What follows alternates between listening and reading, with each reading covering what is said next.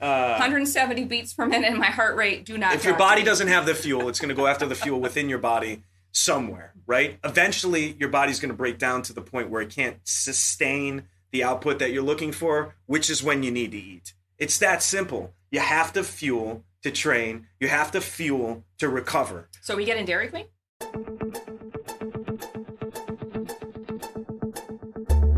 Is bodybuilding about selfies, steroids, magazines, and muscles? How do I become a successful pro bodybuilder or fitness competitor? Where do I even start if I'm new? And the biggest question of all, what are the judges looking for anyway? Even today with the internet, many people first discover bodybuilding by word of mouth. The lack of regulation has caused a boom of unqualified coaches, scattered info, biased advice, dangerous protocols, and posing trends that are a hot mess. After 20 years in the business, I have seen it all. Week after week, I'm going to talk about taboo topics that get swept under the rug, provide you tips and strategies to gain a competitive edge and stand out on stage in any division or federation. I'm going to answer all the burning industry questions without the bias. I have competed across 6 federations, earned pro status in 3, and judged in 2. I've coached posing and choreography for men and women in all federations and divisions. I know just how much competing means to you. I'm your host, Michele Welcome, and you are listening to the Everything Else in Bodybuilding podcast. Be sure to download your free guide, 5 Things Every Bodybuilder and Fitness Competitor Needs to Know Before Your Next Show at eeinbb.com. That's www.eeinbb.com.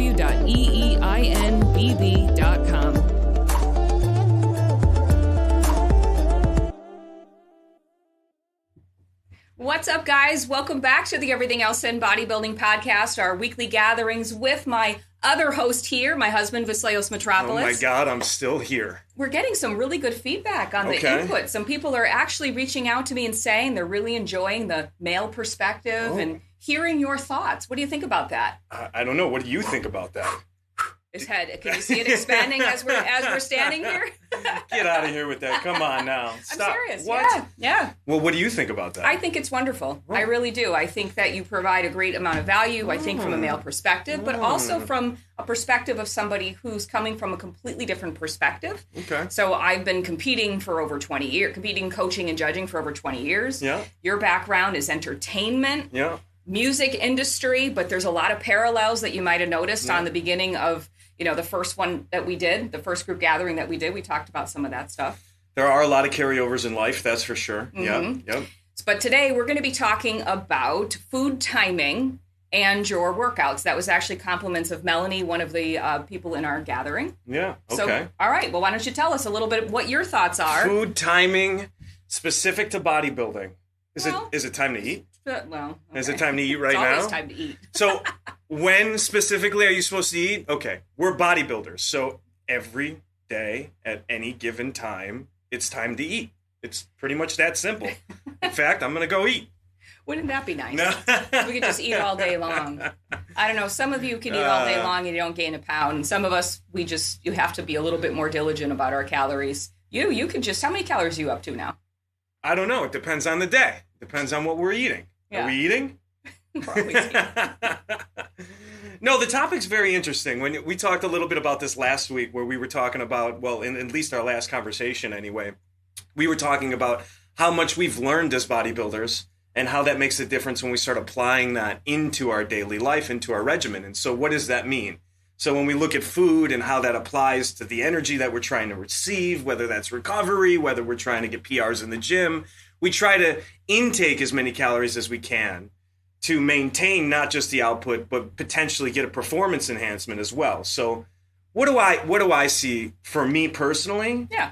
Okay. And you guys post up. You guys that are watching live right now, go ahead and let us know what your take is on your food timing. Yeah, what do you do with there's your a lot of workouts different and food. There's a lot of different perspective on what you should eat, when you should eat it, why you should eat it, if it's going to affect you, if it's not, blah, blah, blah. And then you got the bro science out there where you got to run to the car and chug a shake because you're going to lose all your gains if you don't do that in 10 seconds from the last lift. I used to do that when I first started. I thought I had to have a protein shake right away. I still, we're not talking about this doesn't happen. But I'm usually having a shake now because I'm hungry.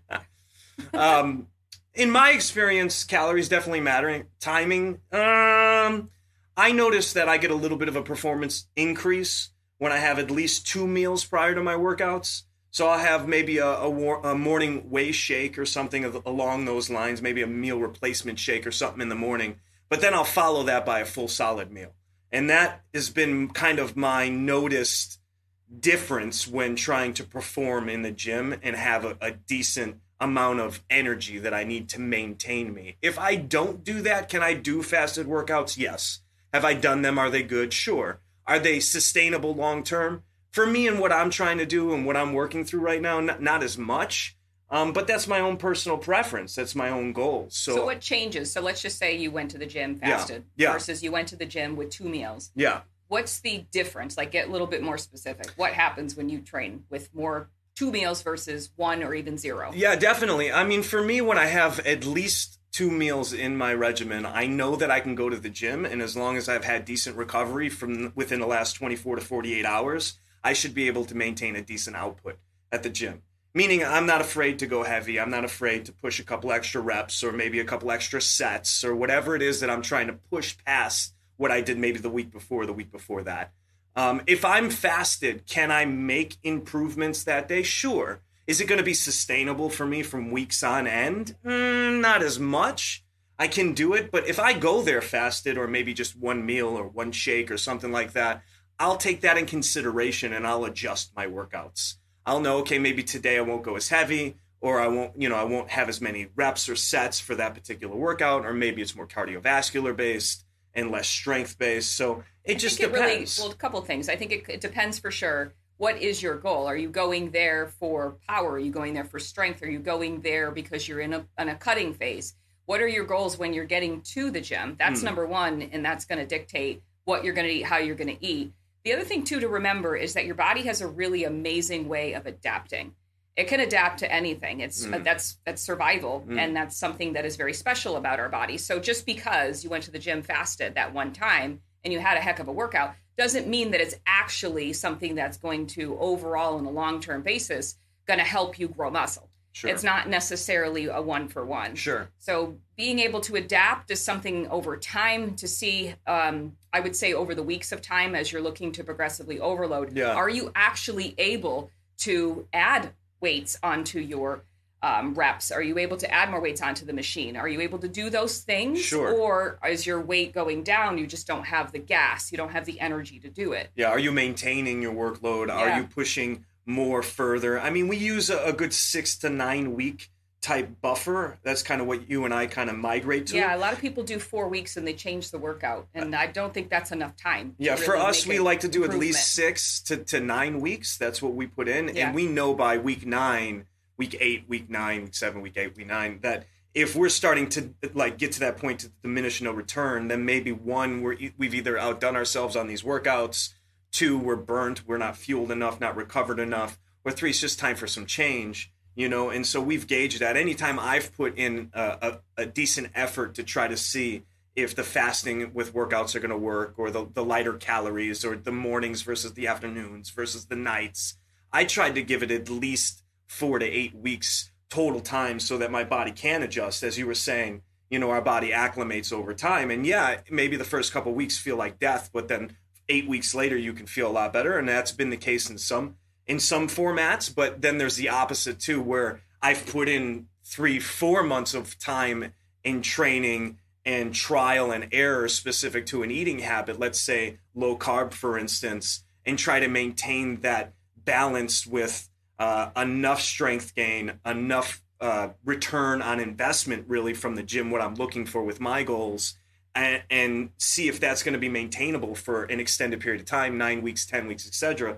And in my experience, it hasn't been the case. I've actually seen, Vassilios, I've seen you in workouts where you're trying to power through a heavy load and volume, and you don't have the gas. And I've seen you go pasty white. And then what ends up happening, I've seen you also fuel.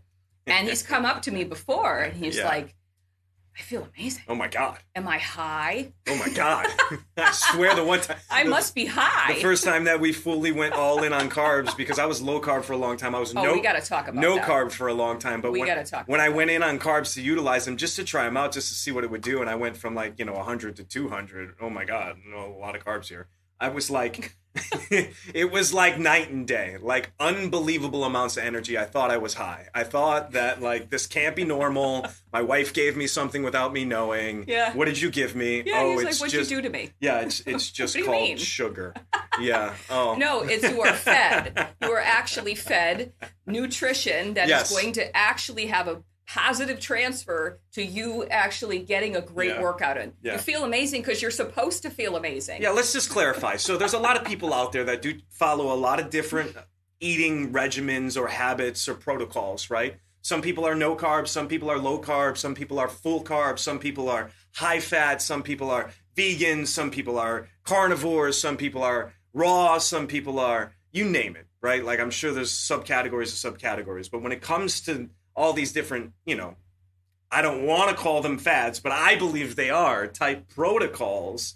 I've pretty much tried all of them, and I've done a diligent effort in putting enough time behind that effort to see if it's going to actually do anything. So yes, I've tried the no carb thing for a very long time, months on end, while testing ketones, while testing blood sugars and recovery, et cetera, et cetera. And there is a diminished to no return with that for our style of work. Can I do deadlifts without carbs after 8 weeks? Yeah, I can. Do they suck like balls? 100%. Yeah. Oh my God, they're horrible. They're horrible. Why would I want to do that and try to maintain it for 8 years? When after 8 weeks or 12 weeks of doing it, my recovery is horrible. I'm not sleeping anymore. I've lost a tremendous amount of weight. My energy's unsustainable. Right now, my heart rate's going up. I'm not recovering while I'm working out anymore because I'm starved for oxygen, right? Not to mention the micronutrition in some of these protocols is just not there. You know what I'm saying? So it comes down to, what is your goal? If you're going into the gym with beast mode on, and you're looking to actually gain strength, build some strength. So not just get in there, do some cardio workouts, because you don't need that kind of fuel for a light 30 minutes of 30, 40 camp classes. Right. It's not what we're talking about. We're talking about, we'll give an example. Yeah, we're talking about picking up the car and throwing it down the street. So deadlifts, how many sets do you do? Well, it depends on what I'm trying to train for. Last time you were there, how many sets? Last time I was trying to train for power and to increase my strength. So I did a little bit less reps and a little bit more sets with extended rest times in between that. Right. So that particular working day was 10 sets. Including all the warm-up sets? Including the warm-up sets at no weight, 135, nothing, But working sets were at least 6, 7 debatably. And then so he can handle more load than I can. And that's, I think that's just unique to individuals. A lot of it's male, female too. Like you guys can handle more load than we can, but I can't say that's for everybody, because some people women can handle. But let's be clear. I knew that I was fueled. I timed my food appropriately. So to talk about that specifically, I had 2 shakes and a meal. So I knew that I was going to not only need just a shake and a meal, but I was going to need a couple shakes, maybe a little bit more time and more of a meal. And I brought another shake with me for when I was at the gym, because I knew I was going to be there for at least 2 hours. So how did that look? So I woke up, had my shake, do my morning thing, maybe a little coffee, whatever I'm doing. Then I had another whey shake just to get in a little bit more protein, a little bit more fuel, right, etc. Then I went and had a meal, full meal, rice, protein, whatever it was, carbs, protein, fats, full meal. And then I let that digest for a little while. Went to the gym, had another shake at about midway through that workout, because I could feel myself starting to dip in energy at about an hour and a half. Again, now we're 10 sets, right? A lot of reps, 10 sets. I think I was shooting for 8 reps per set. Some I went 12 on the lighter reps just to get some more volume in.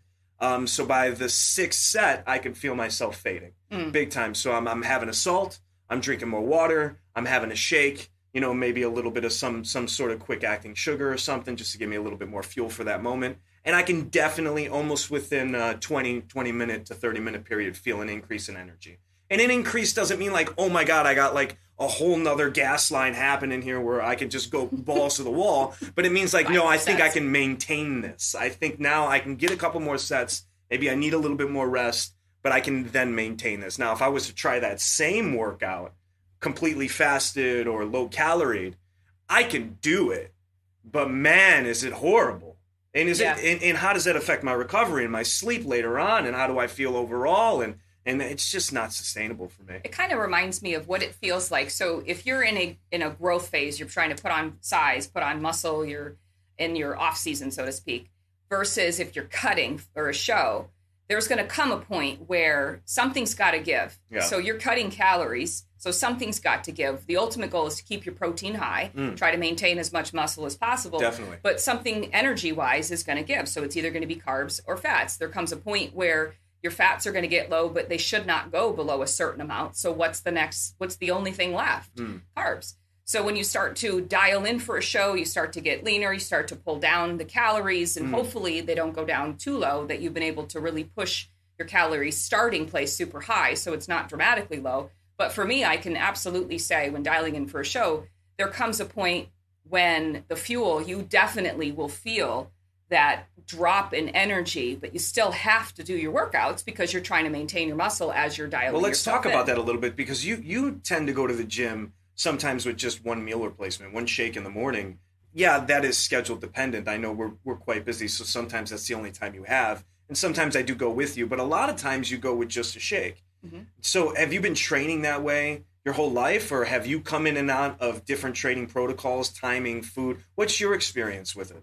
So it's not just that one shake, meaning when you're dialing in for a show, there's a prolonged period of time, sustained period of time that you're in a caloric deficit.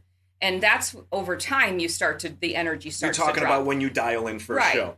So your energy will eventually will drop, and it won't. So I would make sure especially when my energy starts to drop and I'm getting really lean and I'm starting to get tired, I would absolutely make sure that I would have my shake and I would get right to the workout.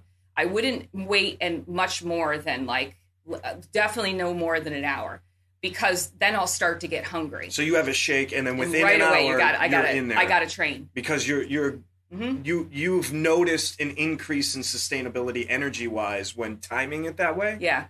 Interesting.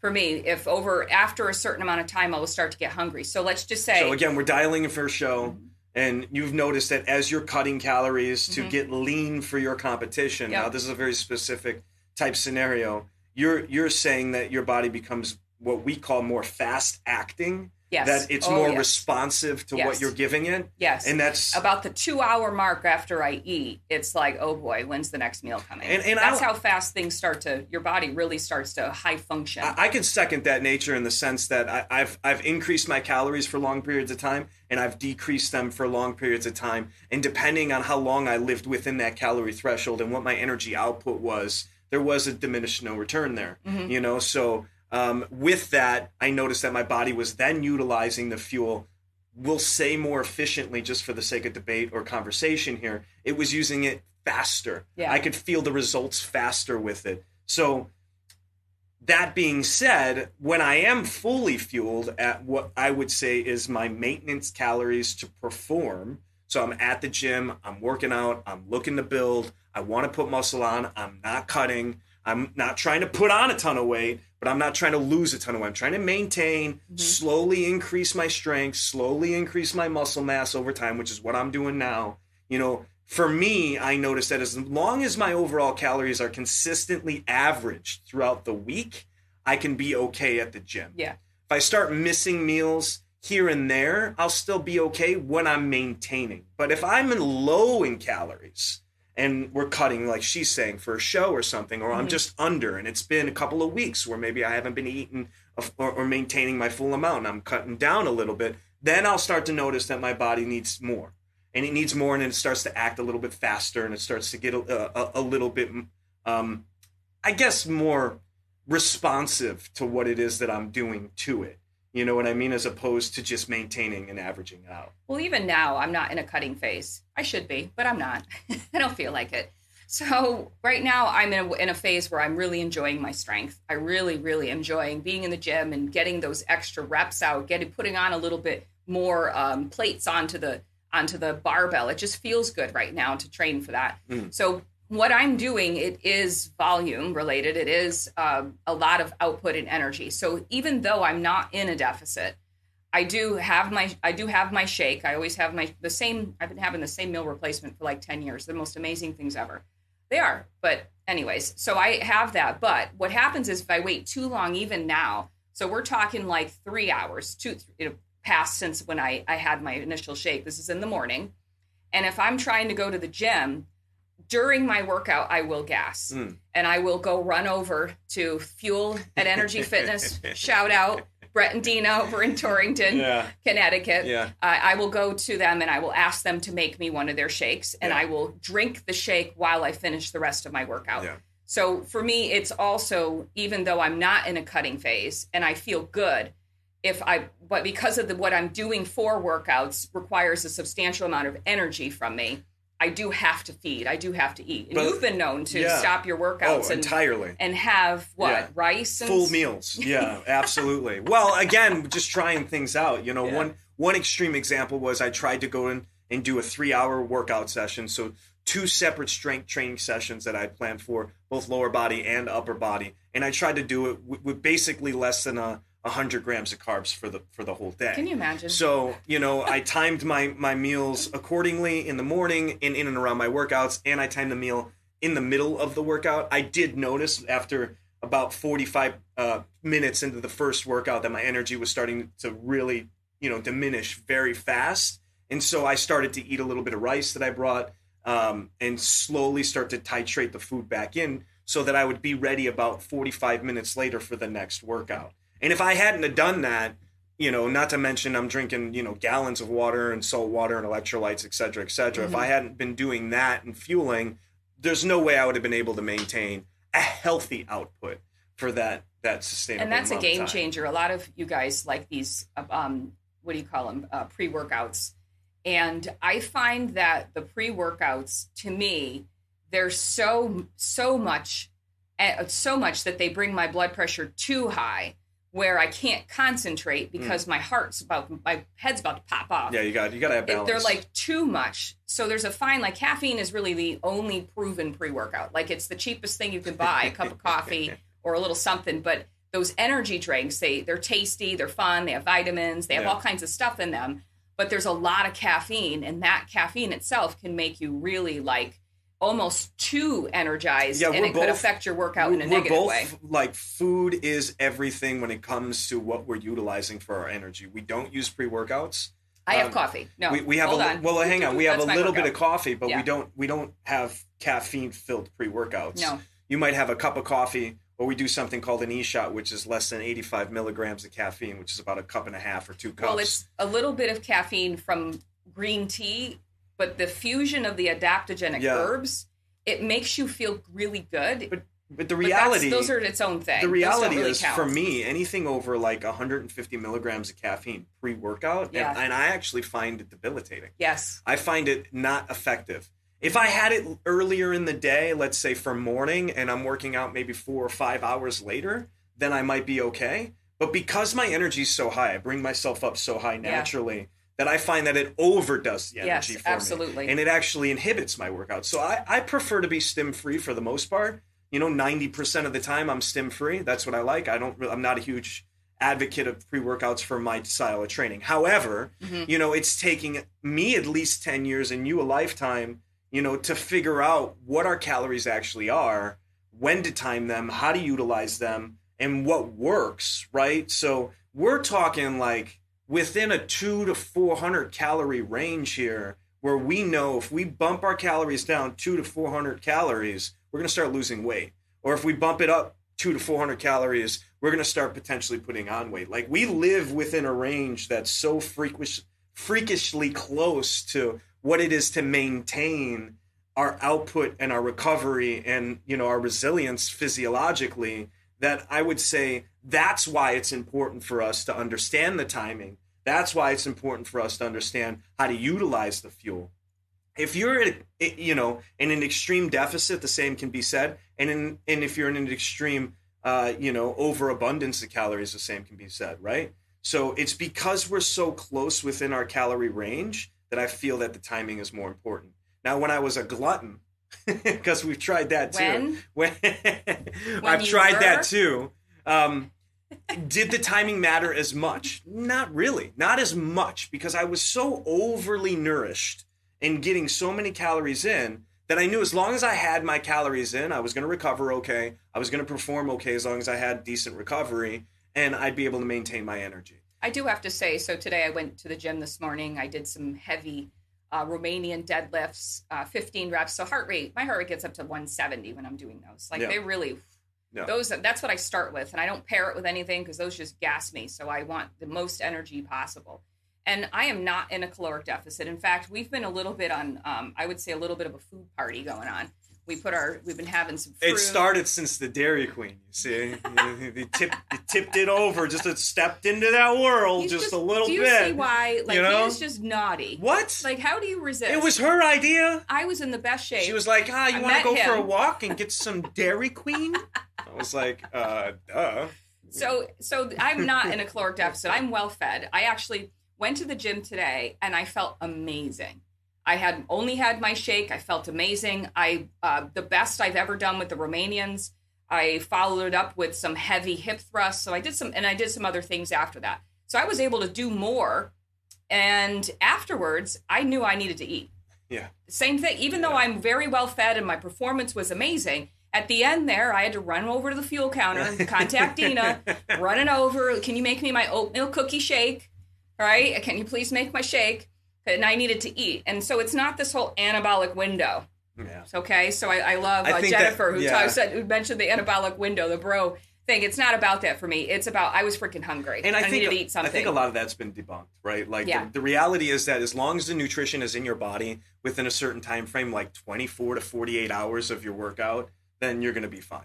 You don't need to run out to your car to grab a protein shake or run to the shake. But if you're going to get hangry and you're going to knock somebody out on your way to the car, you better eat something. Bring something. But that's something that's learned, right? That's something that's learned with time. Understanding your calories in, your calories out, your energy in, your energy out. Understanding what that feels like, that fluctuation, what that feels like. That takes time and acclimation and understanding. And once you adapt to that, once you adapt to understanding what your body is, I would say, feels really good, or really bad, like what it means to not have any energy at the gym, no matter how willing you are to be there, and just can't get that, energy to push. Honestly, that's why I don't want to be in a caloric deficit, because I don't want to feel like that. Right. I know that to get there, I'm going to feel that change in energy, and I don't want that. And you even when you were well fed, yes, you were eating a substantial amount of calories, but your calories were, he's tried everything. Oh my God. He tried the all meat. Oh my God. Okay. So the all meat diet. The carnivore. So you did the carnivore diet, yes, which also had like the bottle of the, what did he have? He had the organs. He had to have all the organ pills. I'm not sure. Well, you had the organ pills. Anyway, so you were all in. Yes, we were drinking blood. Oh my God. Okay. He comes over to the dinner table. I got my feet, I'm hungry. I got my food in front of me. It's all nice and ready to eat. Oh, okay. Man. It was just a little liver. Hold on, okay. wait for it. He comes over to the table with his story. He pulls the vacuum sealed raw beef pound of meat out of the pack.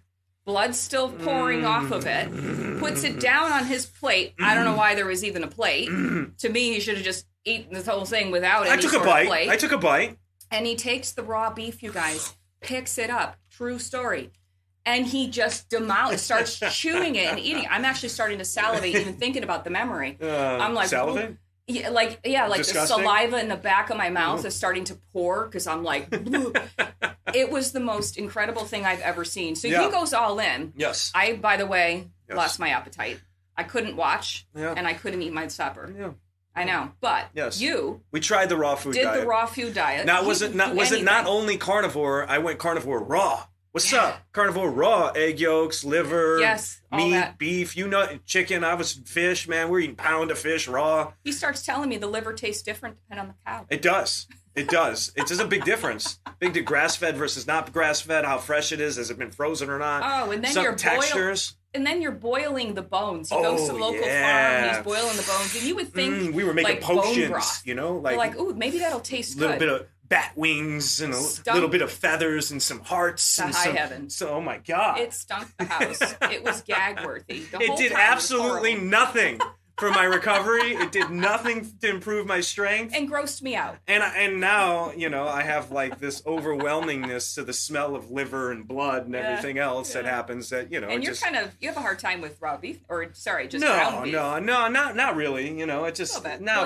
if I have a choice, I'm going to, you know, have a burger, you know, it's cooked maybe. If it's not mooing at me still, you know. Come on, you have the burger with the 3 pieces of cheese on our reward day the other day. 6. It's a Each double. Patty. It's a double. It's two 8-ounce pieces with 3 pieces of cheese on both. You need at least 2 to 4 pieces of bacon on each patty, okay? And then that's on the bun, which you got to smush down in, you know. Well, because you can't bite it. You got to get into it. And then some curly fries because I'm being really naughty, you know. But, you know, just another day. Anyway, clearly we're very fed. No, listen. And no, the carnivore diet versus the raw food are 2 separate things. So let's just be clear on that. Vassilios took it to another level and took the carnivore diet. Listen, I've tried everything so that you can imagine. Vegan, carnivore, no carb, low carb, high carb, no fat, no dairy, a ton of dairy, you name it. I've tried it all, and I've given it a valiant effort, at least 3 months to every walk of life, some 6, some a year. You know, some people here are talking about how they've tried. We got the carnivore diet, people that are talking about done the keto. So there's a lot of people out there that have tried all the different diets. Yeah, too. At the end of the day, what's worked for me, what I find that works for me is a balanced diet. It's just a balanced diet that's very specific to the energy that I'm putting out and that I need to get in. I keep myself within a certain weight threshold. I don't get too caught up on the numbers. And I eat accordingly to maintain that weight while maintaining my energy and my goals at the gym. But time of day, you do prefer to train in the afternoon. I do, and I think that's one. It's because I've got more fuel in me. 2, so those of you who work, probably after work, you might feel that little bit more energy. I've got more because I've gotten more meals in. I notice a difference. This is just me personally. I can sustain it better. Can I do it in the mornings? Yes, I can. But it's not going to sustain as long for, you know, months and months and months on end. And if I have a choice. Why not train in a place where it's just a little bit more comfortable? And I'm completely opposite. I'm the morning person who I have the most energy in the morning, so I capitalize on it. I'm almost like too much morning for you. Good morning. Hi, babe. Good morning. And that is not you, right? Oh, my God. Well, you know, I'm usually up till like 1 a.m. doing stuff, and then she's up at 7, like drinking her coffee, like, hey, how you doing? Good morning, babe. Are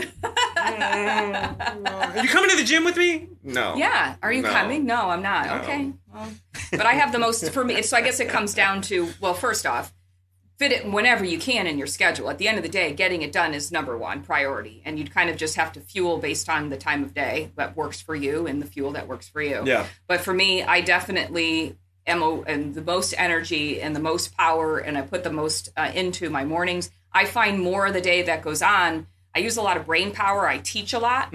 So for me to then later on in the day have to go to the gym, I'm drained. So I wouldn't have that type of energy to do the workouts. That's me. But for you find that you just, as the day goes on, I definitely have to admit that as the day goes on, the mood changes. Oh. There was one time you told me, what is it? Was it 10 a.m. or 11 a.m.? No, what? No. What? To like conversate. I don't know. What time is it now? Who cares? Anytime, if the sun's still coming up and it's not at full peak yet, like whatever time that is, just ignore me. If the sun's starting to come down, now I'm waking up. It's so true. You're 10 o'clock at night and you're like, I'm ready to go out. Party. Yeah. And I'm like, I'm going to, go out. Like lights out. All right, let's bring it back in. Okay. So is it important to time your meals based on your workouts? It depends. It depends on how involved you are in your workout. It depends on how in tune you are with your body. It depends on what your goals are and how frequently you change. You know, I mean, there's a lot of different variables that you have to consider. Can it make a difference to time your meals around your workouts? Sure, absolutely. Do we do it? Yes. But we've been training a long time. We're very in tune with our bodies. We know what our goals are. We expect high standards from ourselves meaning we know what we want to get out of the gym. So when we go there, we push ourselves every time we're there as much as we can. So we expect results a certain way, and we fuel accordingly. Now, is it a necessity? No, of course it's not. Absolutely is. You want to be fueled. What are you doing in the gym otherwise? But can you maintain the same output for extended periods of time? Sure, you can. Is it going to be sustainable? That's going to depend on you. That's going to depend on your body, your recovery, what your goals are, what you're hoping for. Do you need to run out to your car to get a shake after? No. Do we? We do. I'm freaking hungry. So yes, I But again, we're very in tune with our bodies. We're very in tune with our output. We're very in tune with what we're hoping for as far as achievements at the gym, what we're trying to maintain, what we're trying to achieve within the time frame which we've set within, whether it's a 6-week or 10-week period of that training protocol, where we're in within that training protocol. Was it a hypertrophy day or a strength day? Well, how long was your workout right. too? So if you're working out for 3 hours per se, you're going to need to fuel during that period of time. Absolutely. If you're doing a little boot camp class for 30 minutes, you could debatably either eat or not eat. You don't need that power, that strength. You're working on cardiovascular. Well, let's break it down. Let's just break it down a little further. The body needs fuel to run. Period. It needs energy. It has to gain that energy from somewhere. Do you see all this passion? And so, like, if it's not getting it from, here, then it's got to get it from somewhere else, passionate. Right? Like, you need to eat. Yes. Is it time for food? I think it is, actually. No, but really, you need to get fuel from somewhere. And if you don't have that fuel, your body's going to go after it in your body to get the fuel and maintain whatever it is you're trying to do. And I do love, so Elnaz just mentioned that 5 a.m. workouts are the best because no one's at the gym. That's another thing. Going to the gym and there being 800 people on one machine hovering for 2 hours versus like getting in and having the whole space to yourself. That changes the length of your workout too. It definitely changes. Yeah. I know. Avoiding 7 p.m. So you just want a private gym is what you're saying? No, I mean enough people so there's a vibe. That's the key. Not an empty gym. So you want to see people at the gym, but you don't really want to talk to them. You want them to be around. I don't want them on the machines I'm going to be on. Why is it that like as soon as we go to the gym, we're all riled up, we expect nobody to be there, everyone and their mother wants to talk to us? Well, that's you. No. Yes. I'm telling you. That's him. So this is what happens. So this is why we eat. Right, at the gym prior to the workouts. It's so that we can conversate with these people and then get our work in, right? Nobody wants to talk to me. I'm just playing. Nobody wants to talk to me when I'm training. But I also don't have that vibe where they come talk to me. But you're just like you. Yeah, and people are like, hey. And then you also say, hey, you see the young guys in there. You're really good to the young guys. I want to learn. These kids they got some tricks up their sleeves. Opposite. The kids are coming up and asking him questions. It's a good thing. It's a good thing. Nah. And to me, I probably look like I'm going to eat you for breakfast when I'm in the gym. Don't talk to me. No. This hurts. 170 beats per minute in my heart rate. Do not. If your body doesn't have the fuel, it's going to go after the fuel within your body somewhere, right? Eventually, your body's going to break down to the point where it can't sustain the output that you're looking for, which is when you need to eat. It's that simple. You have to fuel to train. You have to fuel to recover. So we getting Dairy Queen? I'm out of here. I've left 3 times already. All right, guys. I hope you enjoyed today's gathering. It was so good to have a bunch of you on today. It was fun to see you. Thanks for conversating, and we'll certainly be back next week. Definitely. But we have a couple of announcements real quick. Yes, real quick. We have some clinics, some virtual posing clinics coming up. Oh, okay. September 30th for NPC people. Yes. October 1st for Fitness Universe people. Wait. And October 7th. You said NPC? NPC is September 30th. So we're doing NPC clinics? September 30th. What? Okay. October 1st for Fitness Universe. Okay.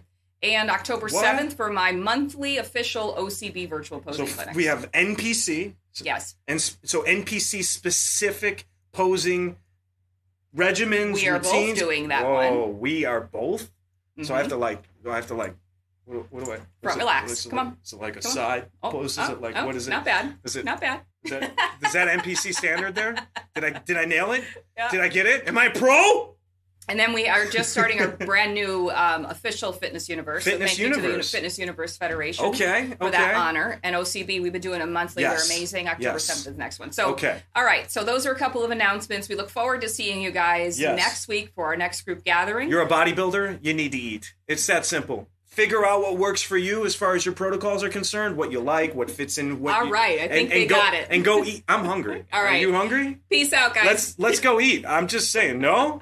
Take care. Right. Ever wonder if you are posing correctly for your division? Learn to Pose is dedicated to taking out the guesswork on how to pose for all categories in bodybuilding.